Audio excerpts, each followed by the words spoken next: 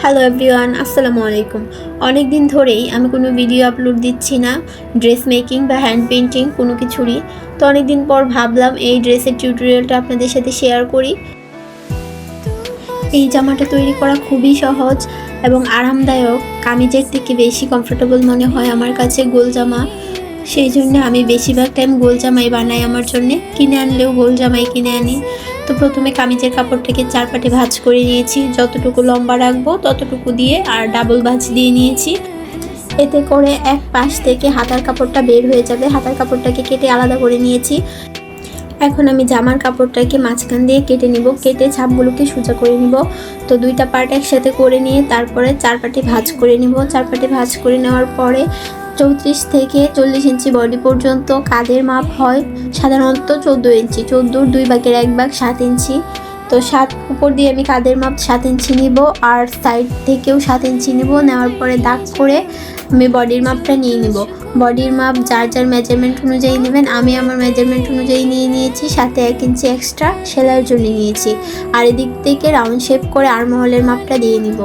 তো আর্মহোলের মাপটা দিয়ে নেওয়া হয়ে গেলে কাঁধ থেকে ধরে নিচের দিকে 14 ইঞ্চিতে একটা মার্ক করে নিব।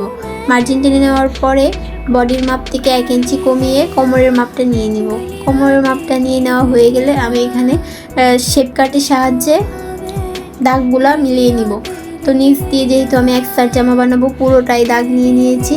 আর কাঁধ থেকে ধরে নিচে রাউন্ড শেপ দিয়ে দাগটা মিলিয়ে দিব, তাহলে নিচ দিয়ে ঝুলে থাকবে না, না হলে 2 সাইড দিয়ে ঝুলে থাকবে। তো এইভাবে রাউন্ড শেপ করে মিলিয়ে দিলে জামাটা রাউন্ড হবে, উপর নিচের দিকে ঝুলে থাকবে না।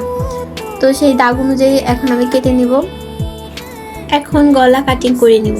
গলা কাটিং করার জন্য আমি সাইড থেকে নিয়েছি 2.5 ইঞ্চি পরিমাণ, আর নিচ দিয়ে নিয়েছি, সামনের গলার লম্বা নিয়েছি আমি 6 ইঞ্চি। 6 ইঞ্চিতে একটা মার্ক করব, আর পেছনের গলার জন্য নিয়েছি 2 ইঞ্চি। 2 ইঞ্চি তার একটা মার্ক করব, করে রাউন্ড শেপ করে মিলিয়ে দেব। রাউন্ড শেপ করে মিলিয়ে দেওয়ার পরে একটা পট্টির কাপড় নিচে রেখে আমি জামার গলার কাপড়টা সহ পট্টির কাপড় কাটিং করে নেব। কাটিং করাটা স্কিপ হয়ে গিয়েছে। তো তারপর আমি হাতা কাটিং করে নেব। হাতা লম্বার মাপ নিয়ে নিয়েছি আমি 14 ইঞ্চি। 14 ইঞ্চি পরিমাণ নিয়ে তারপরে বাড়তি অংশটুকু কেটে তারপরে সেখান থেকে আমি মৌরির মাপটা নিয়ে নিয়েছি। মৌরি আমার 12 ইঞ্চি, 12-র অর্ধেক 6 নিয়ে নিয়েছি। 6 নিয়ে আর এদিক দিয়ে আর্মহোলের মাপ যা থাকবে তার সাথে 3 যোগ করতে হবে। যোগ করে তারপরে সেটা থেকে 2.5 ইঞ্চি পরিমাণ ডাউন দিয়ে রাউন্ড শেপ করে কেটে নিতে হবে।